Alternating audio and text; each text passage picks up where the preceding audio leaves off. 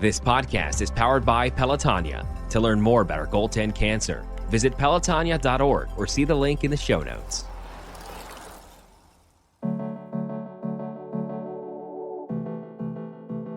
What can I do? Not what can't I do? That was my motto going through my chemo then. All the hard times I got into and just like every part of it was worth it. Every athlete has a story. This is going to be mine. I'm going to get through this. Welcome to One Goal, a storytelling podcast from Pelotonia. We're a passionate community dedicated to funding innovative cancer research. I'm your host and president of Pelotonia, Joe Apgar. Your journey with us to the finish line begins now. Pelotonia is powered by an unstoppable community, and it's through research we will see an end to cancer.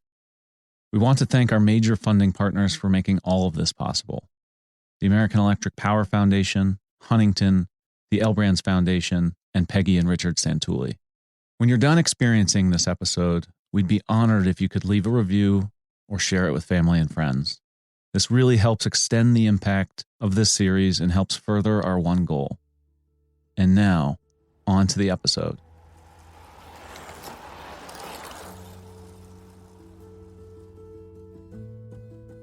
Well, we are super excited to have a very special guest on the One Goal podcast today, somebody that rode in Pelotonia 2021, fresh off winning a silver medal in the Tokyo Olympics. So, Kevin, welcome to the podcast. Hey, thanks for having me. I'm excited to be here. Before we jump into your Pelotonia experience and Olympic experience and all that entails, let's go all the way back to where you grew up, how your interest in triathlon started to begin with. So I grew up in a suburb outside of Chicago, Illinois, which was Geneva. Growing up, my family was actually a big boating family, so they wanted to make sure I was comfortable in the water. I did some swim lessons, and it turned out I was actually really good at swimming. So then from there, I joined a swim team, got hooked into swimming, made some really good friends on the swim team. And one of my now best friends, his family was really into triathlon, and there was a kids triathlon team that had just started. So I went there and joined him and did it, and I was hooked after that. What age did you start swim lessons that then transferred into swim team and all that stuff? I think it was like 6. Okay. Yeah. So this is like you're under 10 doing a triathlon for the first time on like just like whatever bike you had at the time, like a kid's bike. I was on like a little like Schwinn mountain bike that we got probably from like a Sports Authority or something that had already seen its day at some level. I had no idea what gearing was, how to shift stuff on it. I just like would mess around on it. So that was what I did my first triathlon on. And it was pretty comical. I'm on the bike and I'm going up these hills, spinning in like a million cadence, not realizing you can change gears. And when my buddy blows by me, I was like, how are you going so fast? We still joke about that today. That's funny. How did that come to be when you chose or decided you wanted to go down the path of triathlon? Part of it is obviously it's 3 sports of swim, bike, run. And I was on a swim team, loved to swim. And I was just starting to like figure out running. And I thought the biking was really fun. And I think that I was pretty fortunate where the kids triathlon team had just started. And so I got a full kickstart into it. And the kids on that team were incredible. They all became some of my best friends. So I think I read somewhere that you called a family meeting to like explain that you wanted to pursue triathlon. Like, what was that? I guess, why'd you feel the need to call a family meeting? Yeah, well, I mean, my parents, they wanted to make sure I had balance in life as a whole. They saw how this team was. It was definitely a high performance level team where it wasn't your basic backyard soccer team. I wanted to do this. I wanted to be a part of this team. So I begged them and I had to explain reasons why. And then they let me do it. So how old were you when that happened? 12? I think it's 12. Yeah. 12. And so what age, or maybe it was a certain event that you finished or something where you realized like there was a future and that things like the World Championships or the Olympics were in your purview with training and something you could actually reach for? When I was 16, the first year, I actually qualified for the world's team then, which is not really normal for the 16-year-old because you're racing 19-year-olds. So I was competing against all these older guys. And at 16, I think it was really good that I actually raced that because, yeah, I got my butt handed to me. It was very eye-opening, but it's really good experience because in the following year, when I was 17, I went in and I ended up fourth. The next year, I made this like youth Olympic team and was second and third there. I was like, okay, this Olympic dream is a reality. That is around the same time in your life when you got some pretty devastating news, being diagnosed with cancer. So you're at the sort of top of your junior sport, and not to be overly dramatic, but a little bit of it comes crashing down right in front of your face, right? I would have never envisioned that. First off, I'm 18 years old. I'm extremely healthy. I do everything right. I don't smoke. I don't drink. You just don't think as an 18-year-old you're going to be dealt with this news. And I had actually just before this diagnosis done my first professional triathlon. Little did I know, 3 days later, I was told I had cancer. I definitely, looking back, had some signs. I was definitely a bit more fatigued those previous months. And then the other thing was I specifically remember this one run I was doing. I remember I had this pain in my chest and I had to stop. And then it kind of like subsided, and then I continued on and ran and didn't think much else of it. And within that professional triathlon race, I remember it was like the last bit in my throat. It was actually hurting a bit too. And I was like, oh, I have some pain that kind of that same area. And it's harder to breathe, but maybe it's just because I'm pushing myself so hard. And turns out the reason I was having that pain was those were tumors. But my mom's a nurse. And so after I came home from that triathlon that I did, I was wearing this big baggy shirt just at night, talking with her, so excited about the race. And she like saw this thing. She's like, let me see that. And she like grabbed my neck and kind of looked. You could see in her face, there was like a stress, but I didn't think too much of it. And then she kind of went back in her room. I guess she did not sleep that night, but she then said the next morning, she's like, we're going into my office. I want to get this like lump checked out. And so we got checked out. They did an ultrasound and they were like, it looks like there's some kind of bulge or tear. So they thought maybe there's a muscle tear or something going on. So go and get an MRI, and that's where it identified all the tumors. Describe sort of the process of, going to the doctor and hearing that news and what was going on in your head sort of at that time. I'll go back like even just like a few hours from this diagnosis. So I was actually at this Christian high school doing a speech, just talking about my story in sport. And I had my youth Olympic medals. I was there sharing my story. And one of the questions that the guy asked is like, what would happen if triathlon was taken away from you? And then it was crazy because this kid came up to me with this coin and he said a prayer over me. And he gave me this coin. He's like, this is my special coin, but I want you to have it. It was really weird how this kid just came up out of the crowd just randomly and just said that, gave me this coin. And yeah, complete stranger walked up. Yeah. And he's like, this is my special coin. It's been our family, but I want you to have it. And probably that was the moment my parents were honestly getting the news that I was diagnosed with cancer. And so then I go home and then my parents are on the kitchen table and that's where I was given the news. Like they had me sit down and they're like, you have cancer. So they sit you down and they say, you have cancer. I can't imagine coming home to that, sitting down and having your parents tell you. Well, first we didn't know exactly what kind. Then like 2 days later, we did biopsies, all this stuff. And we got news it was Hodgkin's in stage 2. I would just have to go through 6 months of chemo, which is still pretty intense, but at least I knew there was an end in sight. I actually then remember saying, I was like, well, you know what? Every athlete has a story. This is going to be mine. I'm going to get through this. So you go into the hospital for your first chemo. What was your expectation of how long you were going to be there, how you were going to feel? Like, what were you thinking when you walked in for that experience? I was nervous. That was the most nervous I'd ever been in my life. I had no idea what to expect. Doctors prepared me like this could be tough. They're like, you're probably going to get sick. You're probably going to get hospitalized for a few days at times. You're going to get rushed in VR for situations. You're probably going to have some complications throughout the bit because that's just how this all works. When I went in for my first treatment, there was this lady who caught wind that this was my first chemotherapy, and she probably could see me with my parents nervous. And she came up to me and said, live your life as normal as possible. Don't think of all what you're missing, but change their perspective to what can you do through this. And honestly, that was my motto going through my chemo then. What can I do, not what can't I do? It was tough because that was my senior year. You have your last summer with all your friends. It's like your normal thing, like graduation parties. So that was all kind of taken away from me. But so it was definitely a hard mindset at first, but I tried to shift it and think of how fortunate I was getting through this and support and the community that I had around me. Were you able to do any sort of training or physical activity during sort of your chemo, or were you pretty beaten down? Yeah, I pushed boundaries. I would literally go and get my chemo, and then you're not allowed to drive after chemo. So I'd have a friend take me to triathlon practice, and I would go run with my triathlon teams. It was probably my third time after chemo. I went for a practice and went for a run, and it was like a switch, like a light switch. I got really sick. I had to walk the rest of the run back, lay on this bench, and I was so nauseous.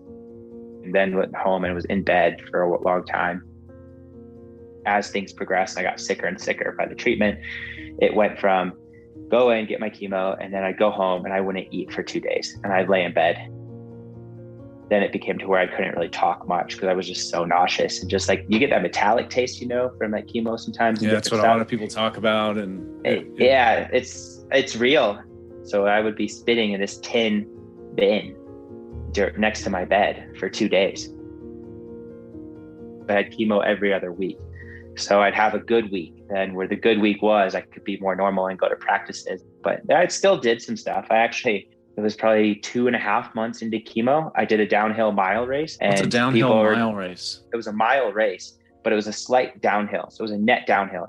I was there mainly just to watch. And I was like, I'm going to go race. And then I go and push myself to that. So it's crazy some of the things I could do. Or even in July, I actually had this contest going with some buddies, and we were at a 50-meter pool. And so we had a holding your breath contest and see who could get the farthest under the pool. And I got the furthest, holding it under 50-meter, the entire length of the 50-meter pool. You made it the entire length? Wow. We told my doctor that the next day. And first he looked at my parents like, he's not supposed to be swimming. But he knew I was. Definitely had him nervous, but they also loved it secretly because they're like, this kid is like making the most of it through these. You probably smell the chlorine on you when you walked in. For me, there was a balance. And that's where I saw it as like, yeah, okay, I'm probably pushing my body a bit right now. I wasn't going in then maybe as rested physically into these chemos. So I would pay for it then. And I would probably get sicker than I had I not done all these like activities with my friends. But for me, it was worth it to get a bit sicker, like just nauseous and being in bed that maybe extra day than just getting everything taken away from me. I got to go to prom. So I could have gotten really sick. But for me, that prom night was probably still one of my biggest highlights of my life. I wasn't Kevin with cancer. I didn't want anyone at that point. They were just like, I was Kevin. So you finish up chemo, and a lot of people know this, but it's not like you go for your last chemo and then you're feeling fine.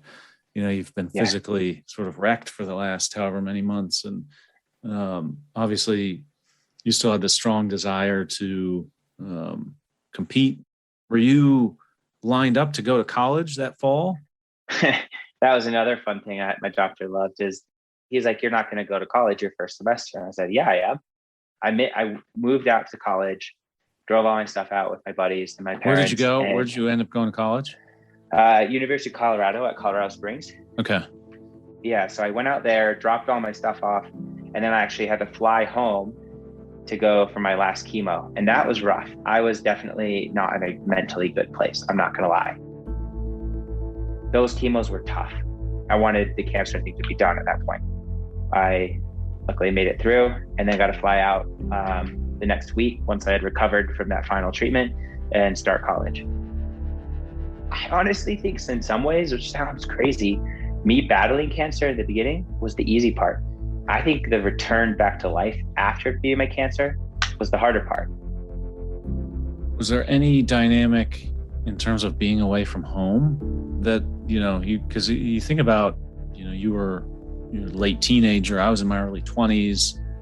There's like all of these other circumstances in your life that are not quite figured out, where if you're 60 and have cancer, you've got a lot more things figured out. But like, you're away from home, you're trying to start this new thing called college, you're trying to get back to this Olympic sport.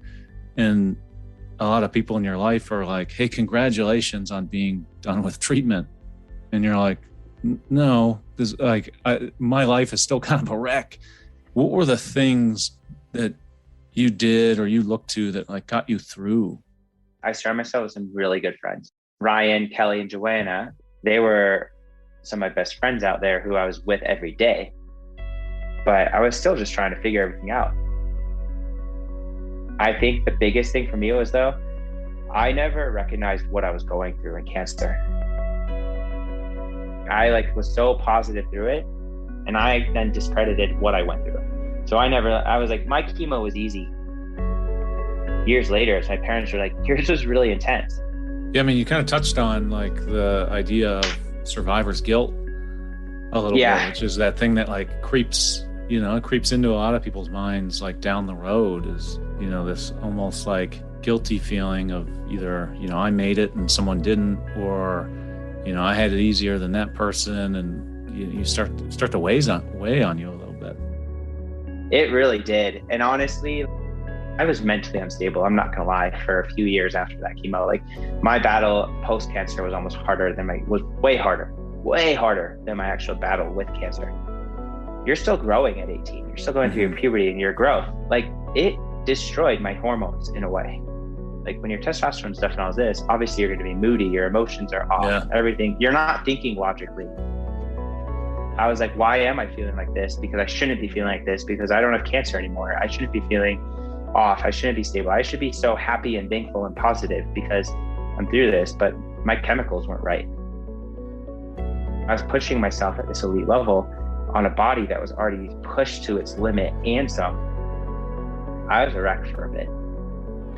I wasn't always great to be around at times because I just wasn't mentally healthy for this point. You weren't stable, like from a hormone balance. And that's like a really good example of something that happens sort of after treatment that lingers for a long time. That 2013 year, I took 5 months away from the sport. I focused on Kevin. I got Kevin right, not as Kevin the athlete, Kevin as a person.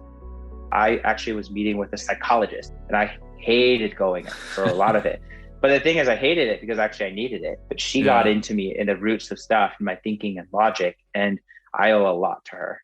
She was one of those early stages that really tilted me towards getting Kevin back to being Kevin as a person. And then once I had all my balances back in check, my weight was regained, my mental state was better, my hormones were back in check. I then started to build back into triathlon. I had a different coach at the time then. And then I actually moved to Arizona and did a lot of my schooling online, but still went there to just take myself out of this situation where I was very toxic for a bit in Colorado Springs. I got a fresh start, started progressing with a bit like different change of scenery and everything. And that's then where all of a sudden things started to progress towards where it's like 2014, I had some good results. In 2015, I was like starting to really produce results. And it's like Rio, the Olympics in 2016 really became the equation. I missed it, which was very hard, but then we put it to reality after a bit. Like 2020 is always what I was going for. So let's talk about that and sort of leading up to the Olympics, and what the series of what the training was like, but then what the series of events looked like to the point where you were named to the Olympic team. Yeah, 2017, I actually had a really good year. And then 2018, I actually had a really good winter. But then I had a series of very unfortunate events where it's like I flatted in a race and then I got food poisoning before a race. And then I actually discovered I was anemic. So my iron was really messed up. So then I had to balance that. And then I picked up an injury right after that. And I was just taking so many blows that literally I was like, that's it. I can't do this anymore. I remember I had a conversation with my parents. I was like, I'm quitting. I'm done. Like, this is like, I can't take any more of these blows. And they were just like, you can't make a decision off of this right now. Give it this winter, see how it goes. So I did give it one more bit. And That's then when the light switched. 2019, I all of a sudden started to really break out. Then the Olympics actually really started becoming the equation for 2020. And I started to believe I could make it. Going into 2020, pre-COVID, I actually really started to improve that winter. Came into my first race and I was like, I can make this team. And then COVID hit.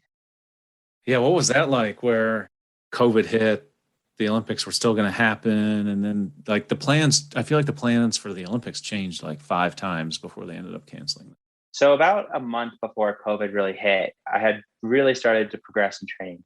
When it got canceled, like the thing where I think I was able to manage through the cancellation better than some people did right away was I've had things taken away from me a lot. Like a lot of opportunities I missed through my cancer and the return back that I was like, this is a delay. It's not canceled. So I could deal with this. COVID for me was a really positive time. I learned a lot about myself in different ways. Like I still trained a lot and I actually made some changes. I changed coaches that year. I actually rerouted myself to being more based by my family in Colorado Springs. So I made some changes that COVID year and realized my passion for triathlon was still there, that it then really set me up going into 2021 to really catapult where I'm at now. So you make the Olympic team.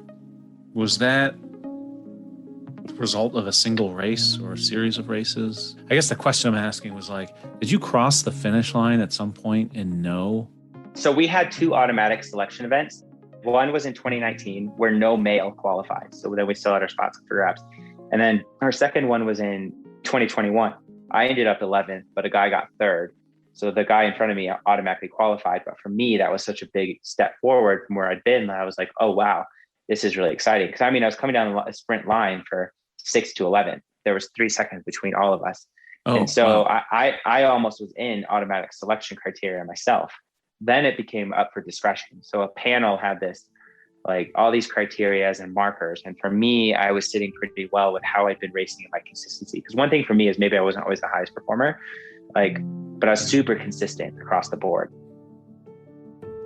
I knew they were really looking at the mixed team relay. And so I displayed all elements of that, why I could be a really good mixed team relay athlete for them.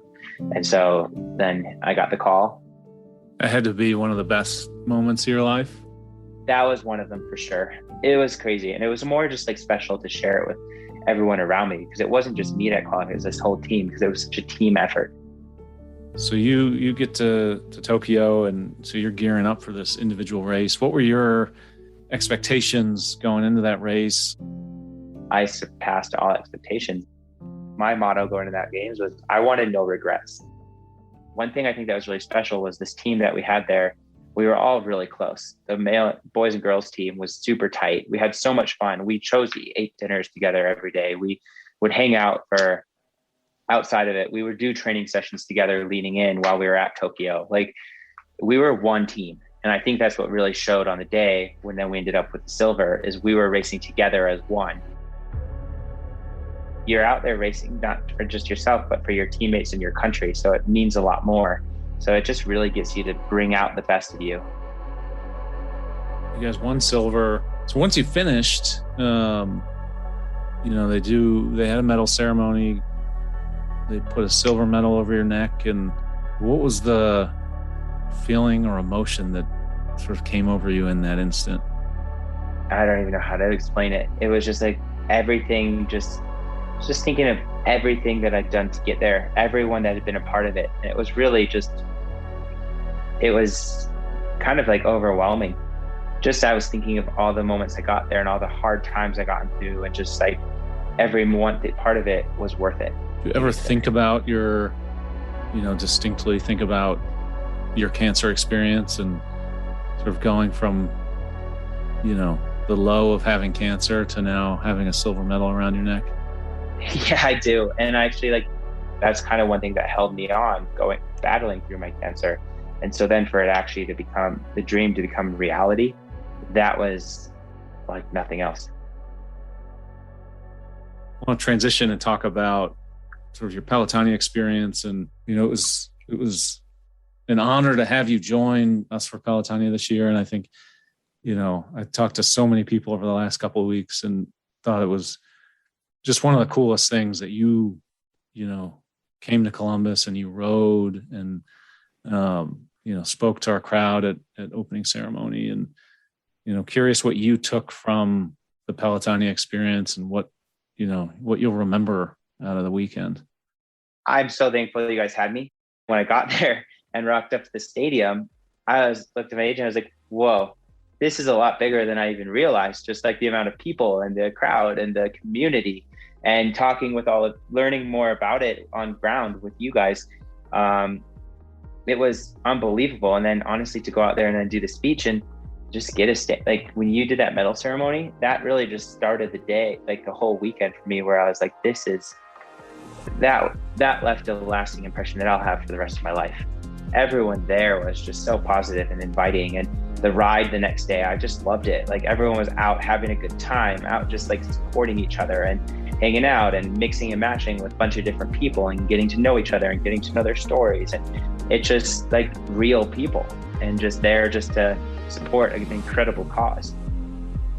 This is what I want to be doing after I'm done with the sport, is helping more in these communities and helping more and providing like just insight stories and sharing my story and listening to other people's stories and trying like to find ways we can make a difference to improve other people down the line and help more and more people. Like it just ignited. I confirmed this is like the next phase on what I want to do once I'm done with triathlon. Yeah, there's a lot of power in people seeing and hearing your story, and the next day being able to ride with you. You are forever part of the Pelotonia family, and I know that there are thousands of people that will be rooting for you. No, thank you for having me on this and inviting me out to Pelotonia, because it's really a special weekend for me too, to just be a part of a lot of those people. And maybe next time I'll do the 100-miler.